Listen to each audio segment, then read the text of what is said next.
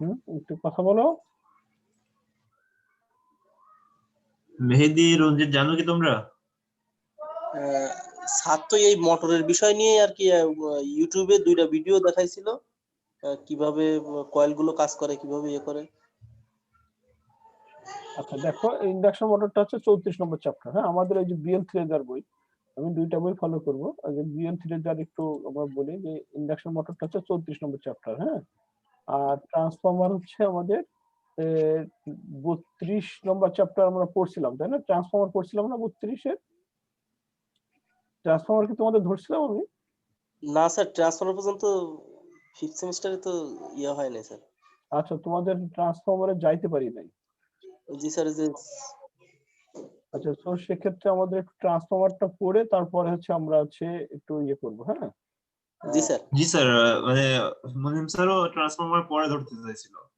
আচ্ছা, ট্রান্সফরমার পরে ধরতে চাইছে, আমি একটু আগে ধরি, কারণ আমাদের চ্যাপ্টারে যে 32-এ ট্রান্সফরমার আছে, তো আর ওখানে যেহেতু আমাদের ট্রান্সফরমার পার্টে কিছু কাজ বাকি আছে, যেহেতু আমরা 3 ফেজ নিয়ে পড়ছি, স্যার ইন্ডাকশন মোটর যেহেতু পড়াচ্ছে 3 ফেজ ওখানে আছে। হ্যাঁ, তো সেই হিসেবে আমাদের একটু ট্রান্সফরমারটা একটু জেনে আসি। হ্যাঁ, ট্রান্সফরমারটা Okay, ক্লিয়ার sir. হয়ে গেলে তখন হচ্ছে ট্রান্সফরমারের 2টা, একটা হচ্ছে আমরা নরমাল সিঙ্গেল ফেজ ট্রান্সফরমার, তারপরে 3 ফেজ ট্রান্সফরমার। হ্যাঁ, ট্রান্সফরমারটা শেষ করে তারপর আমরা ইন্ডাকশন মোটরে যাব। ঠিক আছে, তার যেটা পড়া হয়েছে ওটা কোনো সমস্যা না, ওখান থেকে আমরা আবার ইয়ে করবো। ঠিক আছে, জি স্যার। 1-2টা ক্লাসে এমন আহামরি কিছু হয় নাই। ঠিক আছে, ক্লিয়ার? আচ্ছা, সো আমরা একটু তাহলে ট্রান্সফরমার শুরু করি নাকি? জি স্যার। ট্রান্সফরমারের হালকা একটু তোমাদের বলছিলাম, সেটা তো মনে আছে মনে হয়, যে আমাদের ট্রান্সফরমার বলছিলাম বলতো কোনটা কথা মনে পড়তেছে না। হ্যাঁ? কোনটার কথা বলতেছেন স্যার, শিওর মনে পড়তেছে না। আচ্ছা, ট্রান্সফরমার হচ্ছে মূলত, ট্রান্সফরমারটা কি বলো? ট্রান্সফরমারটা মূলত স্যার ট্রান্সফরমারের মাধ্যমে স্যার হচ্ছে বিদ্যুতের ভোল্টেজ স্যার বাড়ায় দেওয়া হয়, বাড়ানো বা কমানো দুইটা করা যায়। ভোল্টেজ বাড়ানো, লো ভোল্টেজ থেকে হাই ভোল্টেজে পরিণত করা স্যার। দুটাই করা যায়, লো থেকে হাই অথবা হাই থেকে লো। ঠিক আছে, লো, জি জি, দুটোই করা যায়। ভোল্টেজ যদি কম বেশি হয়ে যায়, তাহলে ভোল্টেজ কম বেশি করার জন্য আমরা ট্রান্সফরমার ব্যবহার করব। সেজন্য আমরা তো রেগুলেটর ব্যবহার করতে পারি, ভোল্টেজ কম করে দিলাম বেশি করে দিলাম, ট্রান্সফরমার কেন ব্যবহার করব? ট্রান্সফরমার অর্থ কি তাই বুঝাই? এক ট্রান্সফার, জায়গা থেকে আরেক জায়গায় স্থানান্তর করার জন্য ভোল্টেজ, হ্যাঁ, সেজন্য স্থানান্তর করা। একটা কথা হচ্ছে স্থানান্তর করা, সবচেয়ে মেন কথাটা কি আমাদের এখানে বলো? মেন পয়েন্টটা কি আমাদের এখানে? স্থানান্তর করা স্থানান্তর করা, ট্রান্সফার করব। কি ট্রান্সফার করব? ভোল্টেজ। সেটাই হচ্ছে কথা, কি ট্রান্সফার করব সেটা আমরা জানি না। ভোল্টেজ না, জানি আমরা কি ট্রান্সফার করব? না স্যার। জানি না। এটা তো ভোল্টেজ কেন? Current type. কি ট্রান্সফার করব আমরা জানি না নাকি? Transformer is a static machine. হ্যাঁ, একটা স্ট্যাটিক আর একটা হচ্ছে ডাইনামিক। ঠিক আছে, এটা হচ্ছে স্ট্যাটিক মেশিন। ঠিক আছে, এটা কি করে? static piece of apparatus, by means of which electric power, কি করে? Electric power electric power transfer করে। power in one circuit to transformed to is transformed into electric power of the same frequency in another circuit. তাহলে কি কাজ করে? শুধু এই কথাটুকু কি করে বলো? ইলেকট্রিক পাওয়ার তার মানে মানে এক সার্কিট থেকে আরেক ট্রান্সফার করে, সার্কিটে ট্রান্সফার করে। কম বেশি করে না, এগুলো করে। কি করে? মেন পয়েন্টটা কি? সে কি করে? পাওয়ার ট্রান্সফার করে। এই যে 2টা কয়েল দেখো, এটা একটা সার্কিট, এই পাশে আমার একটা সার্কিট আছে এরকম। ঠিক আছে, আর এই পাশে আরেকটা সার্কিট আছে, দুই পাশে 2টা সার্কিট, মাঝখানে গ্যাপ আছে। ঠিক আছে, মাঝখানে গ্যাপ আছে। গ্যাপ। আমরা যখন এখানে ভোল্টেজ দেবো তাহলে এখানে কি ফ্লাক্স উৎপন্ন হবে না, কয়েল না, এই কয়েল কি ফ্লাক্স উৎপন্ন হবে, এই ফ্লাক্স থেকে আমার এই ফ্লাক্সটা উৎপন্ন হয়ে এর শক্তিটা এই পাশে এই কয়েল স্থানান্তরিত করবে, করে এইদিকে পাস করবে। কথাটা বুঝতে পারছো? কিন্তু কি করবে, এদিকে যত পাওয়ার ছিল কোনো পাওয়ারে চেঞ্জ করবে না। এদিকে যদি 1000 ওয়াট হয় ওদিকেও কত 1000 ওয়াট হবে। 1000 ওয়াটই সে ট্রান্সফার করবে। তার মানে সে পাওয়ার ট্রান্সফার করবে। আমাদের এই কথাই তো বলছে, electric power in one circuit, একটা সার্কিট এর electric power transformed into electric power of the same frequency. অর্থাৎ ফ্রিকোয়েন্সি মানে অবশ্যই ট্রান্সফর্মার কখনো ডিসি হতে পারে না, পারবে? না স্যার। ডিসিতে কি ফ্রিকোয়েন্সি থাকে? না। অবশ্যই এসি। ট্রান্সফর্মার অবশ্যই এসি। তাহলে তার মানে কি এদিকে ফ্রিকোয়েন্সি আছে, এদিকে যে ফ্রিকোয়েন্সি আছে, এদিকে যদি সেকেন্ডে 50টা পালস দেয়, সেকেন্ডে 50 বার দেয়, এদিকেও সে সেকেন্ডে কয়বার দিবে? 50 বারই দিবে। 50 বারই দিবে। তার মানে ফ্রিকোয়েন্সিও সেম থাকবে।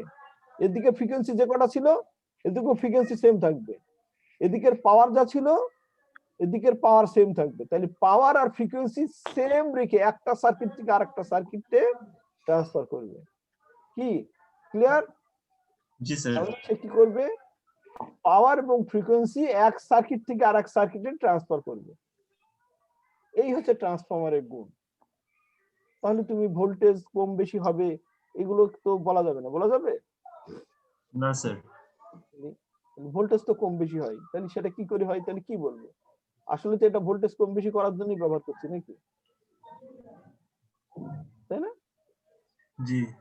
আমরা ট্রান্সফরমার দেখি না যে হচ্ছে এই যে বাজার থেকে ছোট ট্রান্সফরমারও এদিকে থাকে কত 220 ভোল্ট আর এদিকে থাকে 12 ভোল্ট, তাই না? বা 24 ভোল্ট, ঠিক না? জি স্যার। লাল লাল ছোট ছোট যে ট্রান্সফরমার গুলো দেখো, দেখেছো?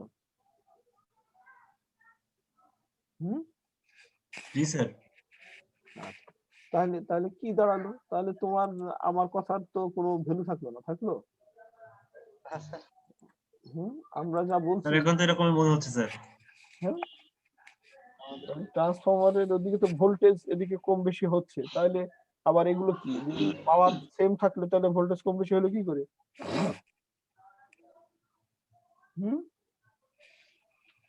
জি স্যার।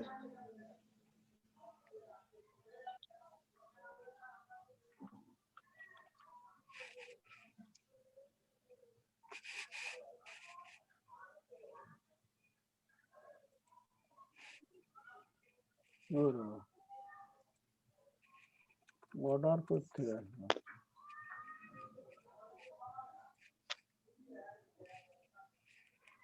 এগুলো দেখছিলাম না বাজারে, এখন লোন পাওয়া যায় দেখতে নাকি? জি স্যার। এই যে তাই না? বুঝছো, এদিকে 12 0 12 তিনটা তার, জানো এই তিনটা তারের কি গুণ জানো? কি স্যার? এই যে বাজারে এরকম ট্রান্সফরমার পাওয়া যায়, এদিকে দুটো তার এদিকে তিনটা তার, দেখছো এই যে এই ট্রান্সফরমার বাজারে পাওয়া যায় না? আচ্ছা তাহলে জেনারেটর থেকে স্যার ঢুকছে 24টা তার, বের হচ্ছে 3টা তার। হ্যাঁ হ্যাঁ, জেনারেটর থেকে। জেনারেটর আসছে কোত্থেকে?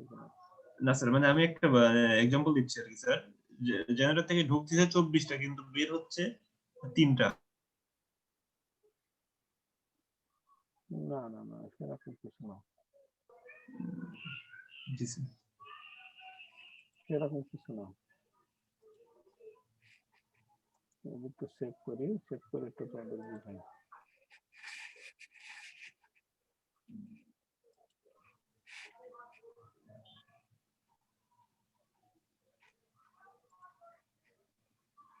তাহলে কি দাঁড়ালো বলো, ট্রান্সফরমারে আমাদের কথার সাথে কোনো মিল থাকছে না, তাহলে কি করবো আমরা এখন?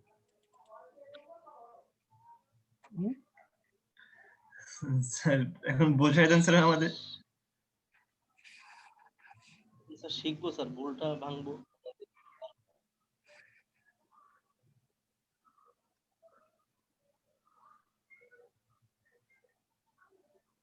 আচ্ছা, দাগ হচ্ছে, নড়াচড়া হবে না, একটু চিকন হয়ে গেলে।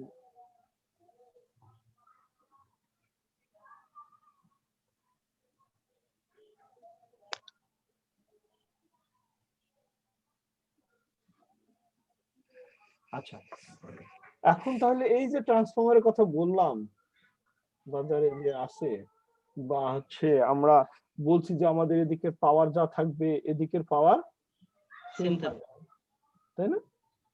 আর এদিকের ফ্রিকোয়েন্সি যা থাকবে এদিকের ফ্রিকোয়েন্সি তাই থাকবে। তো এদিকে আবার ছবি আবার ছোট। আচ্ছা, আচ্ছা।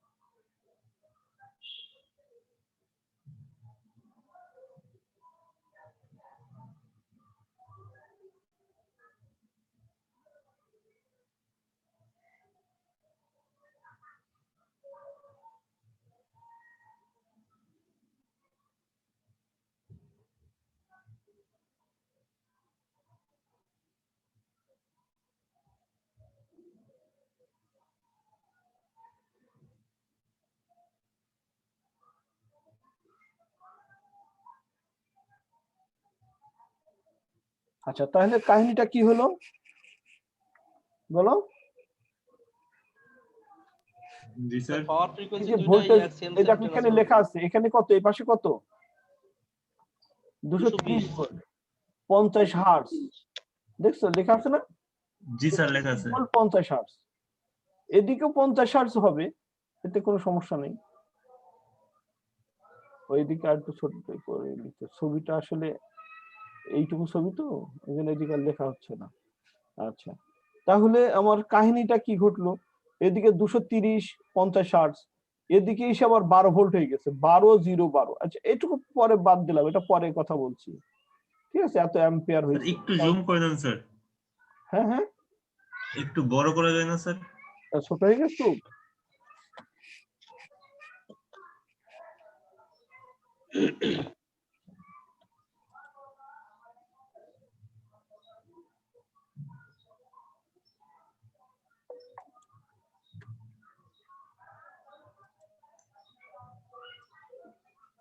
ঠিক আছে, হ্যাঁ sir.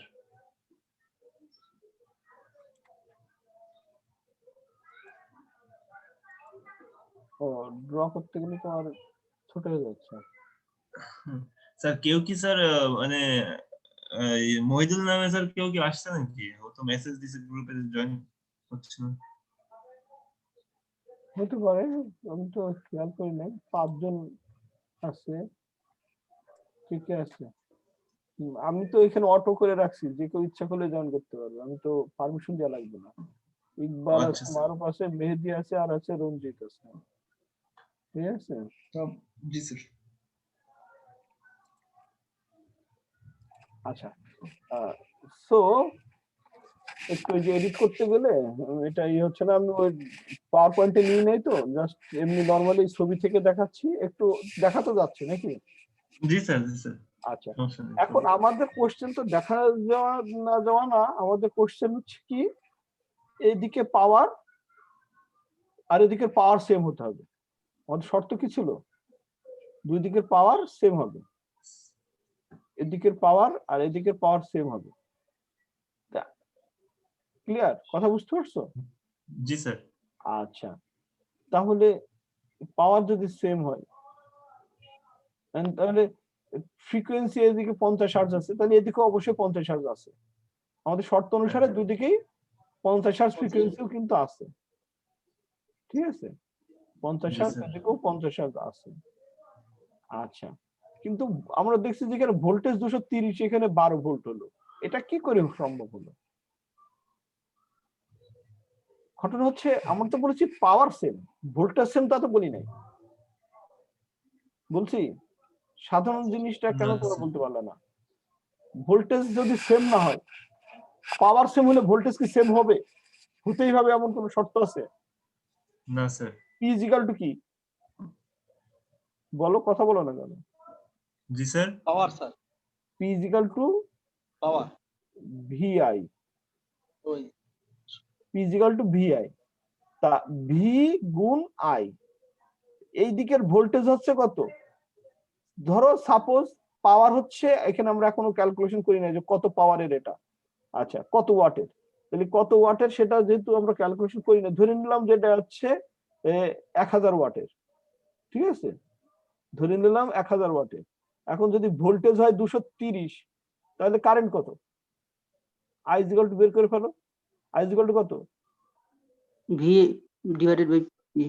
I is equal to P by V. 1000 ভাগ 230 দাও, কত হয়? দাও 4 পয়েন্ট সামথিং। 1000 ভাগ 30, 33.33। 230 স্যার 4.3478 4.34, 3478 আচ্ছা 34 বা 35 দিলাম, হ্যাঁ, এত অ্যাম্পিয়ার। তাহলে এই দিকের কারেন্ট কত? 4.35 অ্যাম্পিয়ার, ক্লিয়ার? তাহলে এই দিকে পাওয়ার পাওয়ার যদি আমার সেম হয়, ঠিক আছে, এদিকে পাওয়ার যদি আমার সেম হয়, পাওয়ার যদি হয় হচ্ছে আমার সে 1000ই, তাহলে ভোল্টেজ হয়ে গেছে আমার কত? 12, তাহলে কারেন্ট কি হবে? এখানে বেড়ে যাবে না? আই ইজ ইকুয়াল টু কত হবে? আই ইজ ইকুয়াল টু তো এখানেও সেম ফর্মুলা নাকি, পি বাই ভি। পাওয়ার তো দুই জায়গায় সেম, এখানে যদি 1000 হয় এখানেও তো 1000 নাকি, তাহলে এখানে যদি আমার 1000 পাওয়ার হয়, তাহলে ভোল্টেজ এদিকে বলছি 12 ভোল্ট, তো 12 ভোল্ট যদি হয় তাহলে কারেন্ট কত হবে?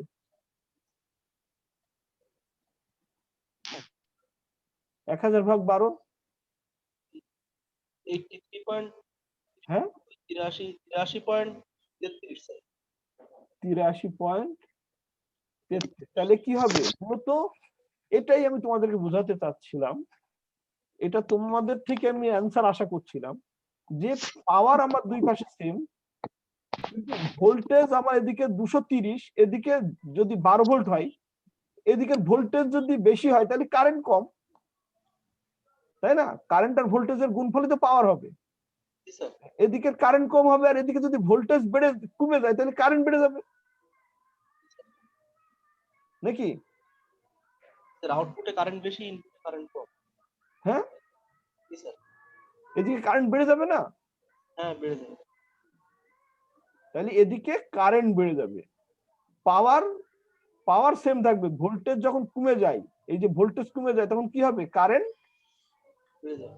কারেন্ট বেড়ে যাবে, কারণ আমার পাওয়ার হচ্ছে সেম। আমাদের শর্ত ছিল কি, এখন কি আমার কথাটা বুঝতে পারছো?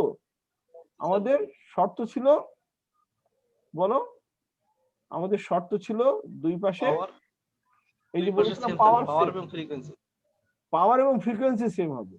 তাহলে এদিকের 1000 ওয়াট হলে এদিকে 1000 ওয়াট। এদিকেও 1000 ওয়াট। এখন এদিকে যদি আমার 10 ভোল্ট হয়, তাহলে এদিকে কারেন্ট কত? 100 কারেন্ট স্যার 100 অ্যাম্পিয়ার নাকি, যেহেতু 1000 ওয়াট, 1000 ওয়াট হলে কত হবে? ভাগ করলে স্যার 100 10 100 অ্যাম্পিয়ার হবে না? তাহলে এদিকে স্যার 100 কারেন্ট হয়ে যাবে 100 অ্যাম্পিয়ার। আর সাপোজ এদিকে আছে, যদি আমার ভোল্টেজ হয় 200, আমি একটু হিসাবটা সহজ করার জন্য তোমাদের দিচ্ছি, 200 ভোল্ট, আর তাহলে আমার এখানে কারেন্ট কত? 5 অ্যাম্পিয়ার। 5 তাহলে এদিকে 5 অ্যাম্পিয়ার ছিল, এদিকে হয়ে গেছে 100 অ্যাম্পিয়ার, যেহেতু আমার পাওয়ার সেম। ক্লিয়ার? ভোল্টেজ যখন এদিকে বেড়ে যায়, এদিকে ভোল্টেজ কমে গেলে আমার অটোমেটিক কারেন্ট বেড়ে যাবে। কিন্তু এই যে কম বেশি হচ্ছে কিভাবে সেটা আমরা পরে স্টাডি করব। আমাদের মেন পয়েন্ট আমরা ওখানে আসবো যে আসলে কিভাবে আমাদের ভোল্টেজ এবং কারেন্ট কম বেশি করতে পারি। এই কম বেশির মেকানিজম করেই তো আমাদের স্টেপ ডাউন আর স্টেপ আপ ট্রান্সফরমার হচ্ছে। ঠিক আছে, ওই যে একটু আগে শুরুতেই তোমরা বলছিলা যে আমাদের ভোল্টেজ কমে যায়, ভোল্টেজ বেড়ে যায় নাকি? কোথাও ভোল্টেজ কম লাগলে আমরা ভোল্টেজ কম করছি, কোথাও বাড়ানো লাগলে আমরা ভোল্টেজ বাড়াচ্ছি। কিন্তু ভোল্টেজ কম বেশি করলে কি পাওয়ার তো আর বাড়ছে না, কমছে না। না স্যার, পাওয়ার পাওয়ার যা ছিল ইনপুট সার্কিটে যে পাওয়ার ছিল আমার আউটপুট সার্কিটে সেম পাওয়ার হবে। ক্লিয়ার? কথাটা কি এখন বুঝতে পারছো? জি স্যার, এখন ট্রান্সফরমারের এই পয়েন্টটা কিন্তু খুব ইম্পর্টেন্ট একটা পয়েন্ট, যে আমার ট্রান্সফরমারের পাওয়ার দুই পাশে পাওয়ার এবং ফ্রিকোয়েন্সি আমার সেম। তাহলে আমি ভোল্টেজ যদি আমার কমায় যায় তাহলে অবশ্যই কি হবে, কারেন্ট এদিকে নিশ্চিত বেড়ে গেছে নাকি? ক্লিয়ার? আচ্ছা, এখন এই ভোল্টেজ কম বেশিটা আসলে এই কয়েলের প্যাচের উপরেই নির্ভর করে, সেটার ফর্মুলা আমরা আসবো পরে। ক্লিয়ার? এই যে প্যাচ আছে না, এই প্যাচ সংখ্যার উপরে, কয়েলের তারের এই প্যাচের উপরেই ভোল্টেজ এদিকে কম হবে না বেশি হবে সেটা নির্ভর করবে। ক্লিয়ার? আচ্ছা, এখন দেখো আমাদের আরেকটা কথা হচ্ছে, আমাদের এখানে একটা ঝামেলা হয়েছে। আমাদের যে ছবি ছিল সেই ছবিতে 3টা তার নাকি, আমাদের এখানে দেখছি 2টা তার, একটা তার একটা তার নাকি? কয়েলের প্যাচের শুরু আর শেষ, এটার শুরু আর শেষ। তাহলে আমাদের এখানে 3 তার আসলো কোত্থেকে? এই যে বাজারে যে পাওয়া যায় 3 তার, একটা একটা আর একটা, আর এটা ইনপুটে 2টা তারই আছে।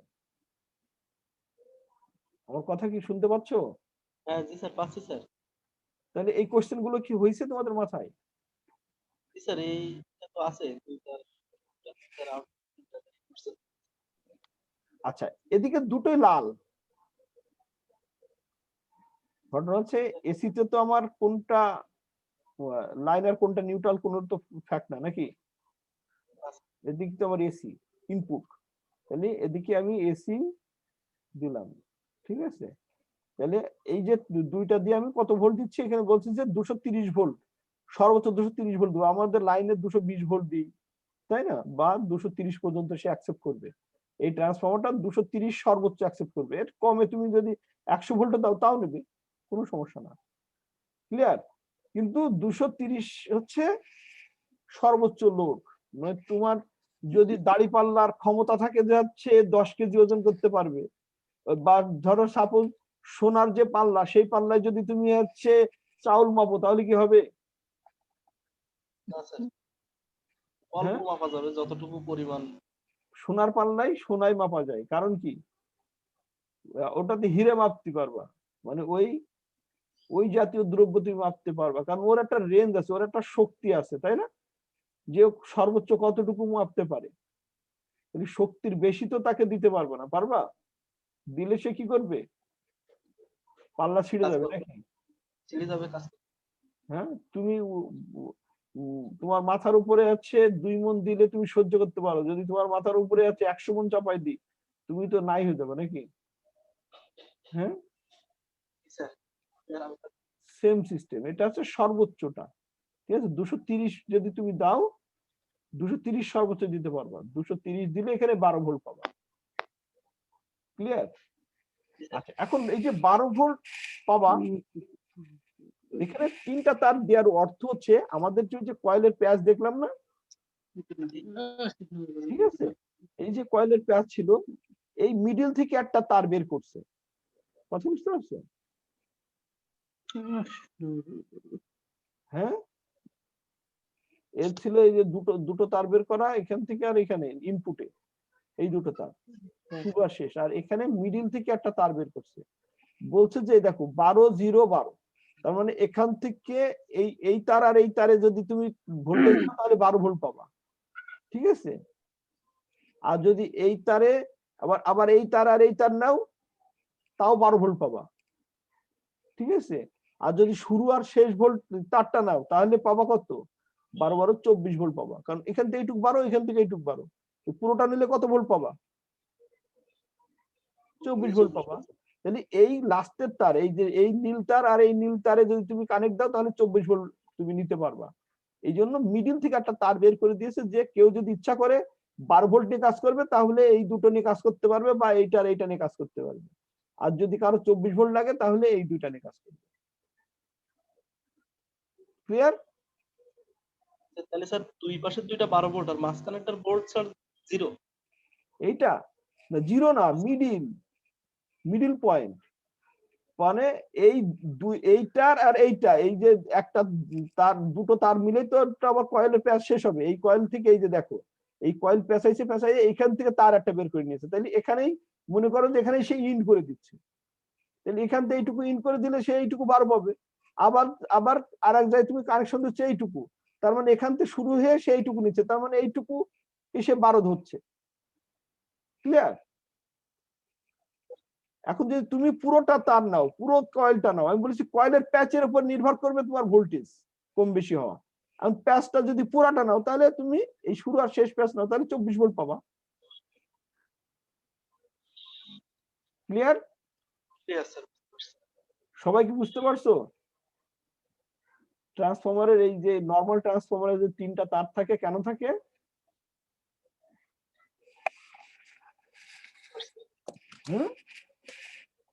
স্যার কেউ কথা বলো না কেন? স্যার ওরে বাবা, সব ঘুমাচ্ছ নাকি?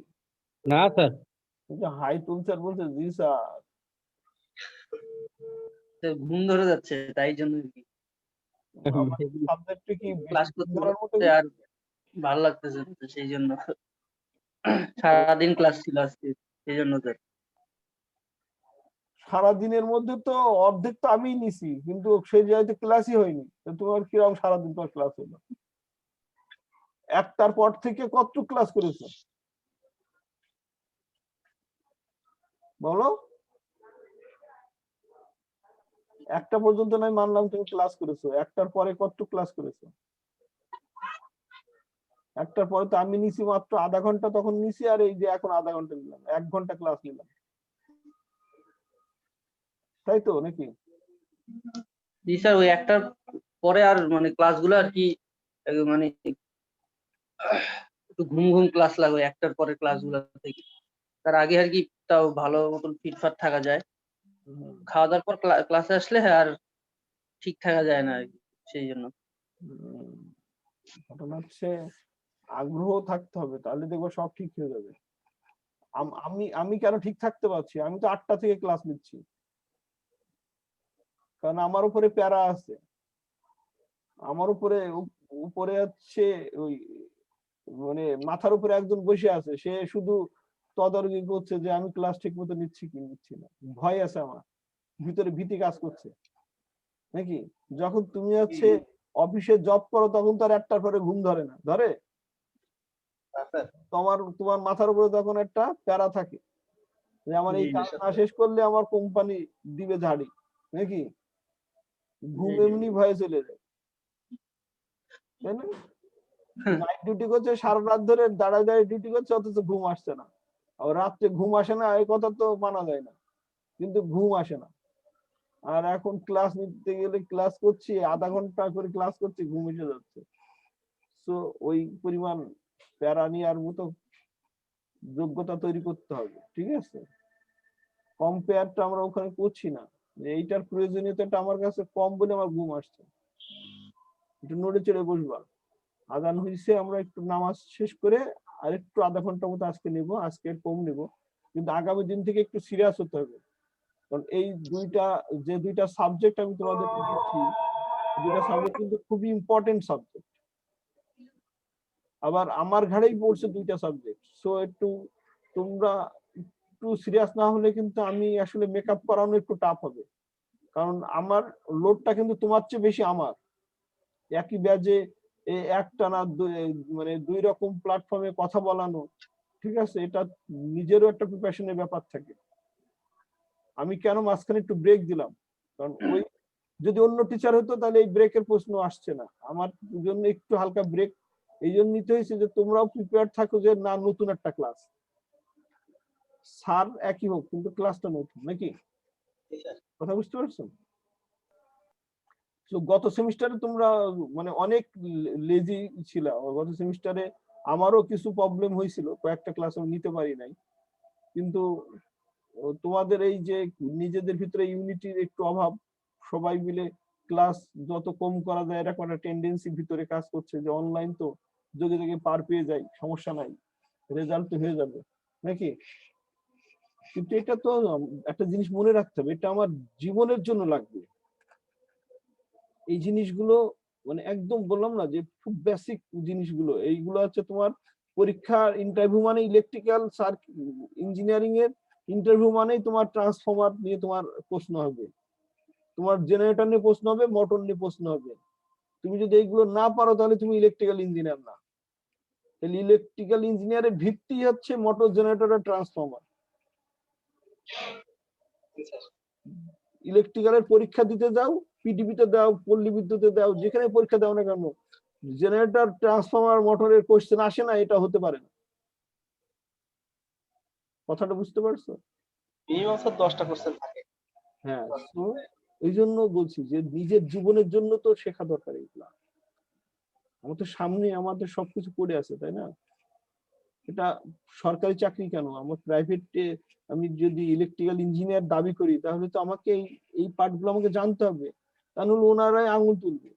তুমি নিজে বুকে হাত দিয়ে বলো যে তোমার বাজারে। স্যার আজান দিচ্ছে স্যার, নামাজ পড়তে যাব। হ্যাঁ, আমিও যাবো, এত ভয় পেও না, নামাজ তো আমারও পড়তে হবে। ছিলাম স্যার। কি মনে হচ্ছে আমি নামাজ পড়বো না? হ্যাঁ তো অবশ্যই স্যার। ঘটনা হচ্ছে জাস্ট একটা কথা বলি, তুমি তোমার বাসার পাশে যারা ওই যে মেকানিক বলতাম আমরা, ঠিক আছে, দেখবা যে ওরা কয়েল বাঁধায়, ওরা ট্রান্সফরমার তৈরি করে, ওরা মোটর তৈরি করে, মোটর বাঁধায়, কয়েল বাঁধাচ্ছে। So, ওরা কিন্তু আমার চেয়ে অনেক ভালো জানে। মানে এই- কারণ কি, ও হচ্ছে প্র্যাকটিক্যাল করে করে অভ্যস্ত হয়ে গেছে, অনেক কিছু জানে, বাট ও হচ্ছে এই থিওরি জানে না, সূত্র জানে না, ও কাজ করতে করতে শিখে গেছে। তুমি যখন এই সূত্রের সাথে করে নিয়ে কাজ করবা তখন ওর চেয়ে অ্যাডভান্স তুমি অবশ্যই পারবা।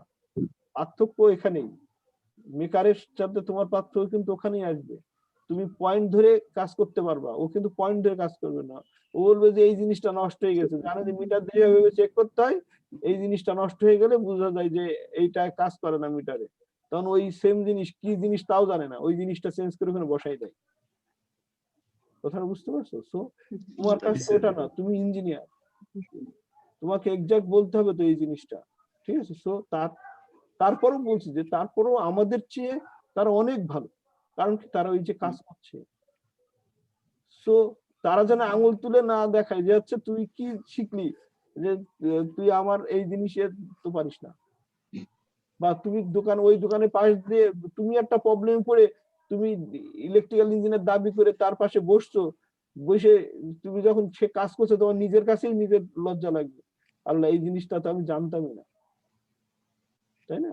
সো এই জন্য জি স্যার। একটু নিজেদের জন্য হলো, এটা নিজের লাইফের জন্য এটা একটু দরকার। হ্যাঁ, তো ঠিক আছে, একটু জাস্ট নামাজের ব্রেক দিয়ে আমরা আধা ঘন্টা ক্লাস করে আমরা আজকে ছুটি করবো। হ্যাঁ, নামাজের পরে আধা ঘন্টা হবে তাই তো? হ্যাঁ, আচ্ছা স্যার। 10 মিনিটের নামাজ ব্রেক দিই। হ্যাঁ, স্যার জুম আচ্ছা, লিংক কি এটা আসসালামু থাকবে আলাইকুম। নাকি হ্যাঁ, হ্যাঁ, জুমের লিংক কি এটাই থাকবে? হ্যাঁ, লিংক বন্ধ হচ্ছে না তো, আমি জাস্ট হচ্ছে আচ্ছা ঠিক আছে। শুধু এটা সাইলেন্ট করছি, রেকর্ডিংটা স্টপ করে দিচ্ছি। হ্যাঁ, electric power from one circuit to another. মানে এক সার্কিট থেকে আরেক সার্কিটে পাওয়ার ট্রান্সফার করে। পাওয়ার ট্রান্সফার, তারপরে it does so without A change of frequency. Frequency একই থাকে, চেঞ্জ হয় না। Without a change it accomplish by electromagnetic induction and তার মানে এটা বলো ইলেকট্রোম্যাগনেটিক ইন্ডাকশন, তার মানে কি হচ্ছে, ইলেকট্রোম্যাগনেটিক ইন্ডাকশনের মাধ্যমে কিন্তু এটা কাজ হচ্ছে, তাই না? এই যে এখানে কয়েল থেকে কয়েলে কি হচ্ছে, ইলেকট্রোম্যাগনেটিক ইন্ডাকশনের মাধ্যমে কাজ হচ্ছে, তাই না? this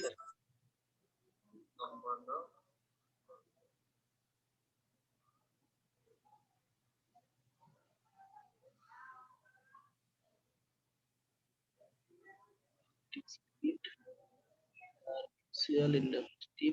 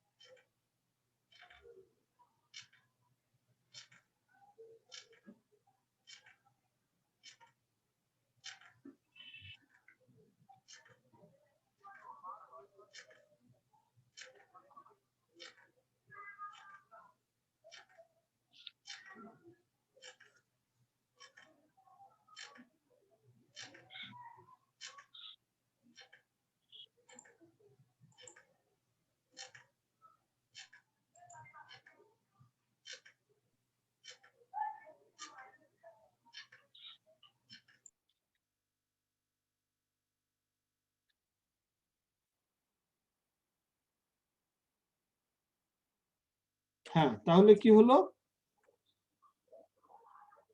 যে ইলেকট্রোম্যাগনেটিক ইন্ডাকশন 3 নম্বরটা হ্যাঁ, ইলেকট্রোম্যাগনেটিক ইন্ডাকশনের মাধ্যমে সেটা কাজ হবে, তাই না? কাজ হয়। স্যার আরটা কি? where the two electric circuit are in mutual inductive influence of each other. দুইটা ইলেকট্রিক সার্কিট মিউচুয়াল ভাবে কাজ করবে স্যার এরকম। মিউচুয়াল ইন্ডাকটিভ ইনফ্লুয়েন্স, তাই না? মিউচুয়াল ইন্ডাকটিভ হিসাবে কাজ করবে। এটা কি করবে সেটা এটা নিয়ে আমরা হচ্ছে আরো ডিটেইল আলোচনা করব, ঠিক আছে? কিভাবে এর এই সার্কিটের পাওয়ারটা এই সার্কিটে যাচ্ছে, সেম ওই সার্কিট থেকে পাওয়ার কিছু এই সার্কিট আসবে। মিউচুয়াল ভাবে দুইজন ইন্ডাকটিভ ইনফ্লুয়েন্স করবে। হ্যাঁ, কিভাবে ওকে ইনফ্লুয়েন্স করবে, ও একে ইনফ্লুয়েন্স করবে, সেটা নিয়ে আমরা হচ্ছে আলোচনা করব ডিটেইল, ঠিক আছে? এই তিনটাতে আমরা বুঝছি নাকি? জি স্যার, উপরে তিনটা। জি স্যার, উপর তিনটা ক্লিয়ার। আচ্ছা, আর লাস্টেরটা নিয়ে আমরা যখন কথা বলবো ফাইনালি আসলে এটা করে কিভাবে করে সেটা আমরা দেখব। মিউচুয়াল দুইজন যেহেতু কয়েল আছে, তাহলে এখান থেকে পাওয়ার, ম্যাগনেটিক পাওয়ার যেহেতু এদিকে যাবে, তাই না? জি। এটা যখন ভোল্টেজ পাচ্ছে, তাহলে এই কয়েলের মাধ্যমে পাওয়ার যদি এদিকে যায়, তাহলে এটাও তো যখন পাওয়ার পাবে, পাওয়ার পেয়ে যাবে, তাহলে এটাও তো কয়েল, তাহলে এর থেকে কিছু আবার এদিকে আসবে না? জি স্যার, অবশ্যই। যখন ভোল্টেজ পাবে, যেমন এ ভোল্টেজ হয়ে গেল, এই কয়েলে ভোল্টেজ হওয়ার কারণে কিন্তু এর থেকে এর কাছে আসলো না? জি। এখন এ যখন আবার ভোল্টেজ পেয়ে যাবে, তাহলে কি হবে? এর থেকে কিছু আবার এ পাবে না? এটাই হচ্ছে মিউচুয়াল ইন্ডাকটিভ, ঠিক আছে? সেটা কি কাজ করবে, কিভাবে মিউচুয়ালি সে ওকে দিবে ওকে দিবে, সেটা নিয়ে আমরা আলোচনা করব। হ্যাঁ, এটা নিয়ে বিরাট একটা আলোচনা আছে। তো যাই হোক, এখন আমাদের ট্রান্সফরমার কনস্ট্রাকশনে আমরা তো এইটুকু বুঝছি যে এখানে সিম্পলি দেখাচ্ছে এটা আয়রন কোর, ঠিক আছে? আয়রন কোর, এখানে প্রাইমারি কয়েল, এটা সেকেন্ডারি কয়েল থাকবে, তাই না? এইভাবে আমাদের ট্রান্সফরমার তৈরি হবে। ট্রান্সফরমারের কনস্ট্রাকশনে আরো পার্ট আছে, যেটা হচ্ছে ট্রান্সফরমার বিভিন্ন ধরনের, বিভিন্ন টাইপের ট্রান্সফরমার হয়, ঠিক আছে? স্যার এই যে স্যার কোর টাইপ আর শেল টাইপ ট্রান্সফরমার, এটা কি স্যার গঠনের উপরে ভিত্তি করে নাকি এর আলাদা মানে? হ্যাঁ, গঠনের উপর ভিত্তি করে। এবং কোর টাইপে কি হয়, শেল টাইপে কি হয়, এটারও একটু আছে। এটা একটু জাস্ট নিজের একটু হালকা একটু পড়ে নিতে হবে। হ্যাঁ, সিম্পল কথাবার্তা। একটা হচ্ছে এই গঠনের উপরে, ঠিক আছে? এটা আছে কোর টাইপ, আর সেল, এটা আছে সেল, ঠিক আছে? এটা একটা সেল, এটা আরেকটা সেল, মাঝখান দিয়ে ভাগ করা।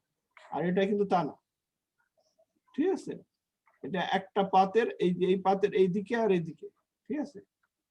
ক্লিয়ার? আর এটা হচ্ছে এই পাতটা মাঝখান দিয়ে করে, এইদিকে একটা ভাগ করে, এদিকে একটা ভাগ করে। এই জন্য এটাকে সেল টাইপ, এটা দুইটা সেল করা হয়েছে। হ্যাঁ, আর এটা কোরের উপরে বসানো হয়েছে। এই দুই টাইপের। আবার এর ভিতরে আবার বিভিন্ন ক্যাটাগরি আছে, ঠিক আছে? এই লেমিনেশনের ক্যাটাগরি, বিভিন্ন ধরনের ক্যাটাগরি আছে। সিঙ্গেল ফেজ, থ্রি ফেজও তো এরকম হ্যাঁ হ্যাঁ, সিঙ্গেল ফেজ, থ্রি ফেজে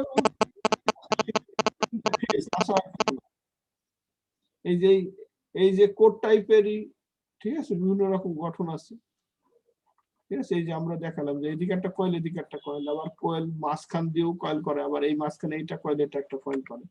ঠিক আছে, এই যে দেখাইছি যেটা। ওকে, তা এগুলো বিভিন্ন টাইপের। হ্যাঁ, আর এটা হচ্ছে যে সেল টাইপ, সেল করে করে কাজ করে। হ্যাঁ, এটা বিভিন্ন ধরনের ট্রান্সফরমার, এগুলো হচ্ছে আমাদের মেন ইয়ে না, আমরা ইকুয়েশন গুলো দিয়ে একটু ইয়ে করবো, আলোকপাত দেবো। ঠিক আছে,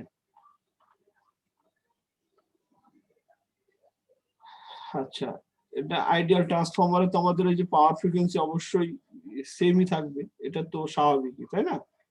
কিন্তু আসলে তো একটু যখন প্র্যাকটিক্যালি আসবো তখন তো আসলে আইডিয়ালি কাজ করবে না, নাকি? একটু ডিফারেন্ট হয়ে যায়, তাই না? একটু ওই সেটাই যে আইডিয়াল ট্রান্সফরমারে আমরা তো একটু আগে বলেছি যে এখান থেকে আমাদের পাওয়ার এবং ফ্রিকোয়েন্সিটা সেম থাকবে, তাই না? ফ্রিকোয়েন্সিটা আমাদের কম বেশি হবে না, পাওয়ারও ঠিক থাকবে, তাই না? প্রাইমারি পার্ট সেকেন্ডারি পার্টে কিন্তু এটা একটু পরিবর্তন হয়।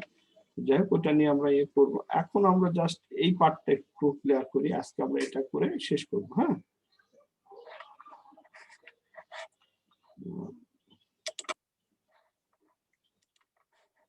রেকর্ডিং তো চালু করা আছে না? আচ্ছা,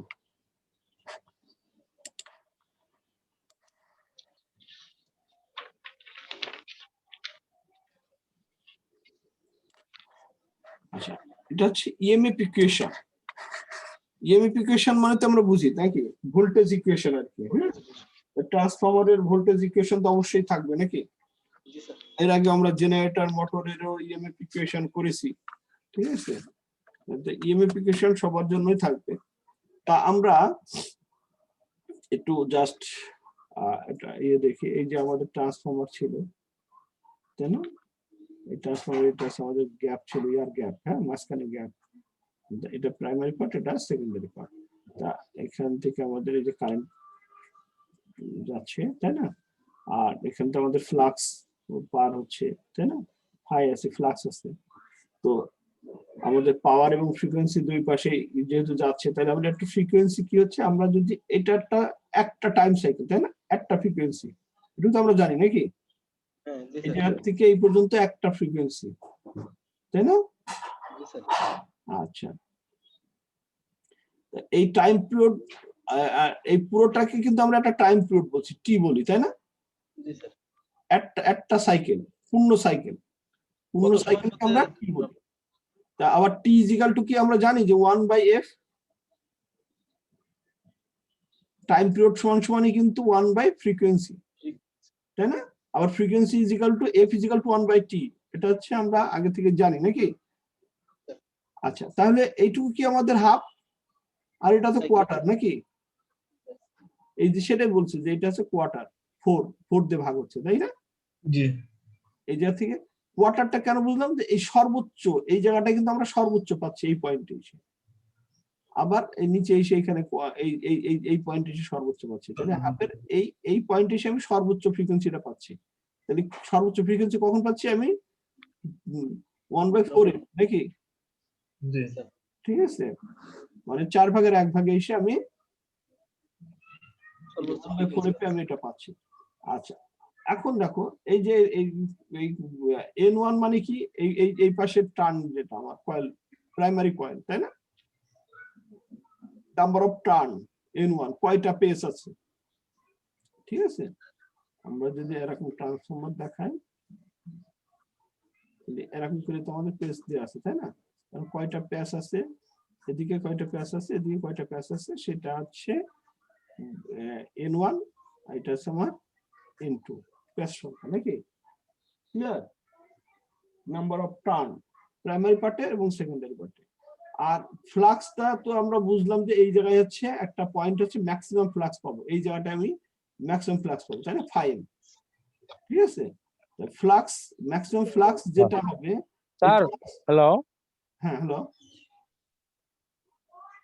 হ্যাঁ কিছু বলবা? স্যার স্যার আমার এখানে স্যার প্রচুর নেট প্রবলেম করতেছে স্যার।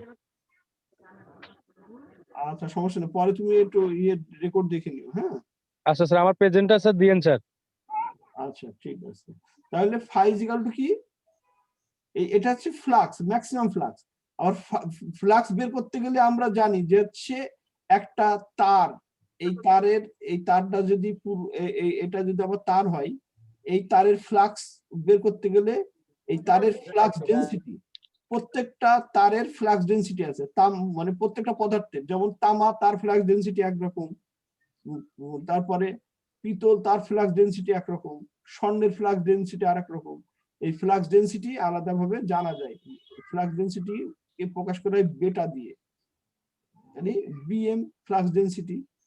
ঠিক আছে, এই তারের ফ্লাক্স ডেনসিটি কত, আর এই তারটা কতটুকু পুরু, ঠিক আছে, তারটা কতটুকু পুরু সেটা নির্ভর করে এই যে এ হচ্ছে প্রস্থচ্ছেদের ক্ষেত্রফল বলা হয়, মানে এইটা কতটুকু পুরু সেইটার ক্ষেত্রফল। তাহলে এই পুরুত্ব কতটুকু আর এর ডেনসিটি কতটুকু, সেই দুইজনের গুণ করলেই আমি কিন্তু ফ্লাক্স পাবো, ম্যাক্সিমাম ফ্লাক্সটা পাবো। ক্লিয়ার, এটা বুঝতে পারছো? জি আচ্ছা, আর এর তো ফ্রিকোয়েন্সিটা আমরা জানি, তাই না? হ্যাঁ জি স্যার। আচ্ছা, এখন যেটা বলা হচ্ছে যে এই যে হাফ, মানে এই flux, average rate of change of flux, ঠিক আছে, average rate of change of flux যেটা, সেটা কি ফাই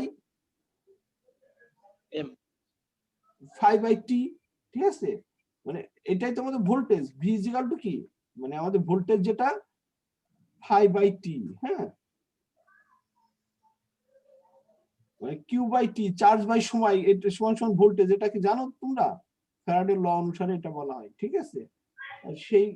সেটাতেই আমরা যদি এটা ম্যাক্সিমাম ফ্লাক্স আর টি হচ্ছে আমার টাইম প্রোড, তাই ম্যাক্সিমাম ফ্লাক্স আমার টাইম প্রোড, average rate of change of ফ্লাক্সটা কোথায় পাবো আমি, ম্যাক্সিমামটাকে নিয়ে আমি যদি ক্যালকুলেশন করি, ম্যাক্সিমামটা নিলাম, আর হচ্ছে সময়, ওই সময়টা কতটুকু, এই টি, তা টি ইজ ইকুয়াল টু তো আমার 1/4f, তাই না?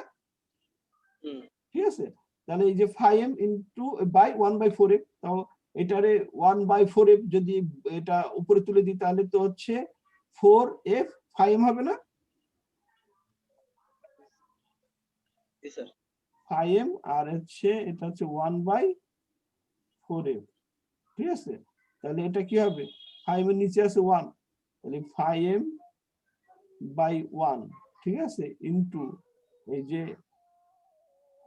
4f/1, উল্টে যায়, উপরে গেলে উল্টে যায় না, তাহলে এই 1 গুণ হলে 1ই হবে, তাহলে কি হবে 4f 5m, তাই না, এই তিনটা, এই যে সেটাই দিয়েছে, ঠিক আছে, ক্লিয়ার? ওয়েবার পার সেকেন্ড, এটা মানেই ভোল্ট, ঠিক আছে, ওয়েবার পার সেকেন্ড মানেও ভোল্ট। তাহলে এভারেজ ইজ এটুকু তো তাহলে আমরা বুঝলাম নাকি? জি স্যার। আচ্ছা, এখন যদি পার টার্ন, মানে একটা টার্নের জন্য, ঠিক আছে, এভারেজ পার টার্ন ভোল্ট, তাহলে কিন্তু এটাই। এখন যদি আমার টার্ন বাড়ে তাহলে ভোল্ট বাড়বে নাকি? তো টার্ন কোনটা স্যার, টার্নটা বাড়বে মানে কয়েলের প্যাচ, একটা প্যাচ, আচ্ছা স্যার, জি স্যার, একটা মানে এক প্যাচের জন্য একটা সম্পন্ন করলে আমরা এইটুকু ভোল্ট পাবো, ঠিক আছে, পার টার্নে, জি স্যার। ঠিক আছে, পার টার্নে আমি এই ভোল্টটা পাবো। এখন যদি আমার টার্ন বাড়ে ইনটু এন, যে কয়টা টার্ন আসবে তার সাথে সেটা গুণ করলে আমি সেই পরিমাণ ভোল্টেজ পাবো। আচ্ছা, এখন এটা হচ্ছে এভারেজ ইএমএফ, কিন্তু আমরা এসিতে সবসময় কিন্তু আরএমএস ভ্যালু বের করি, এটা জানো? এসিতে আরএমএস ভ্যালু বের হয়। আরএমএস ভ্যালু মানে হচ্ছে এই যে ফর্ম ফ্যাক্টর একটা সূত্র আছে, ঠিক আছে, ইলেকট্রনিক্সে আমরা এটা পড়ে আসছি হয়তো। ফর্ম ফ্যাক্টর মানে হচ্ছে RMS value by average value. Form ফ্যাক্টরের সূত্র হচ্ছে form factor is equal to RMS value by average value, আর ফর্ম ফ্যাক্টরের মান হচ্ছে ফিক্সড, ফর্ম ফ্যাক্টরের মান হচ্ছে ফিক্সড 1.11, ঠিক আছে। তো ফর্ম ফ্যাক্টর যদি 1.11 হয় তাহলে RMS value by average value is equal to 1.11, তাহলে আমার আরএমএস ভ্যালু কি হবে 1.11 ইনটু এভারেজ ভ্যালু, তাই না? RMS value is equal to 1.11 into average value. Average value তো আমরা এটা পেয়েছি, এটা আমার এভারেজ 4F5M এটা এভারেজ ভ্যালু। এটা হচ্ছে এভারেজ ভ্যালু। তার সাথে তাহলে 1.11 গুণ হলো, তাহলে 4.11 হলো। ঠিক আছে, এই যে 1.11 গুণ হয়ে 4.44 হলো। ঠিক আছে, ক্লিয়ার? স্যার আরএমএস ভ্যালুটা স্যার সবসময় আমাদের এসিতে এসির ভ্যালু, এসির ভোল্টেজ যখন আমরা বের করি তখন আরএমএস ভ্যালু দিয়ে ভোল্টেজ বের করতে হয়। ঠিক আছে, জি স্যার। আর আরএমএস ভ্যালু মানে হচ্ছে এভারেজ যে ভ্যালুটা হবে সেই ভ্যালুর সাথে ফর্ম ফ্যাক্টর গুণ করলে আরএমএস ভ্যালু পাওয়া যায়। ঠিক আছে, এটা হচ্ছে ফর্মুলা। আচ্ছা, তাহলে এখন আমি কি পাইলাম, এটা হচ্ছে আমার ফর্ম ফ্যাক্টর, এই আরএমএস ভ্যালু। আরএমএস ভ্যালু তাহলে কি পাইলাম, 4.445F5M তাই না?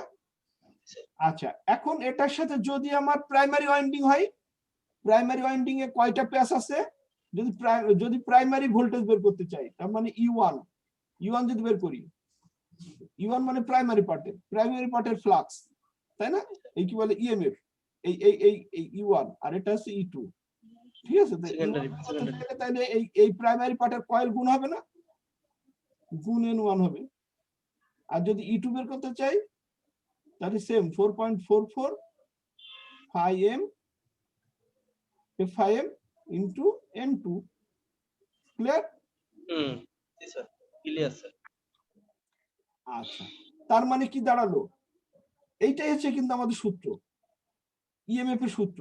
এখন ইএমএফ স্যার উপরেরটা সেকেন্ডারি পার্টের সূত্র আর নিচেরটা উপরেরটা প্রাইমারি।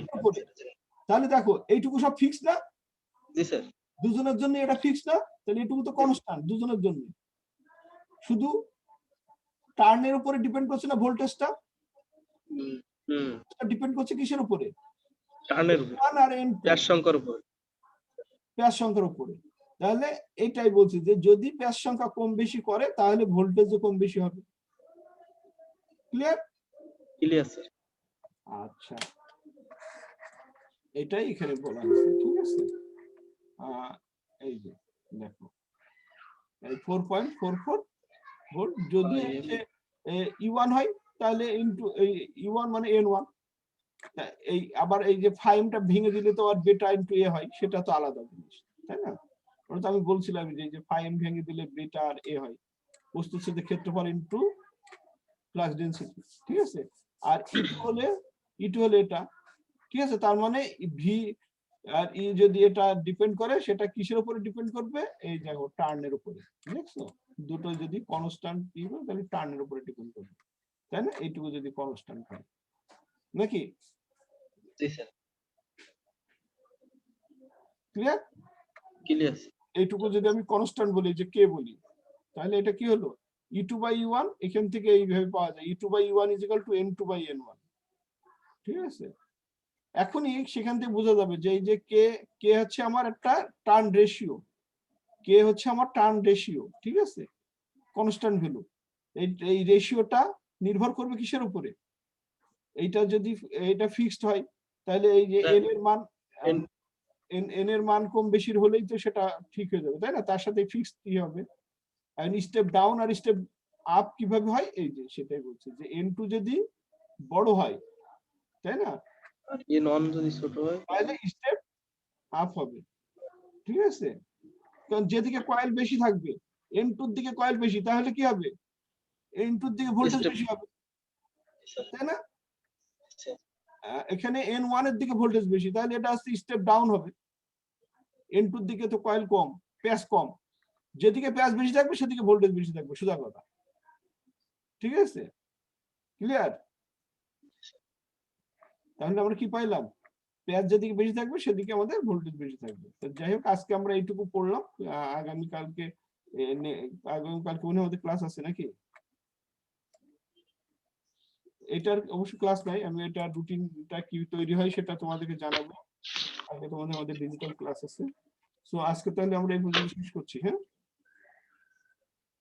আর রেকর্ডগুলো আমি তোমাদেরকে দিয়ে দেবো। হ্যাঁ, ওই যে গ্রুপটা তোমরা ক্রিয়েট করেছো ইলেকট্রনিক এই মেশিন 2, ওই গ্রুপের নাম দিয়ে দেওয়া হচ্ছে মেশিন এন্ড ডিজিটাল ইলেকট্রনিক্স।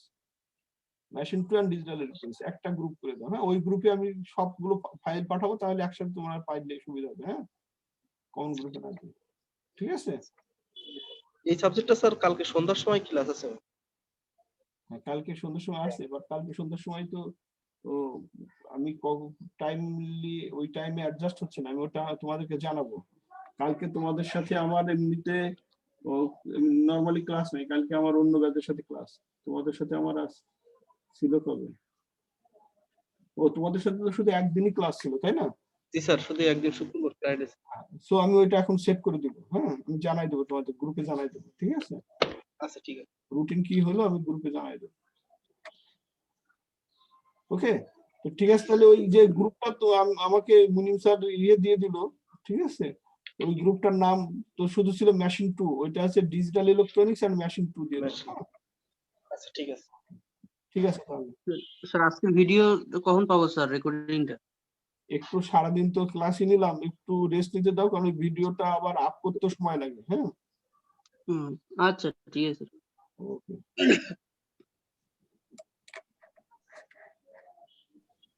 ঠিক আছে, আল্লাহ হাফেজ তাহলে। হ্যাঁ, ওকে স্যার, আসসালামু আলাইকুম।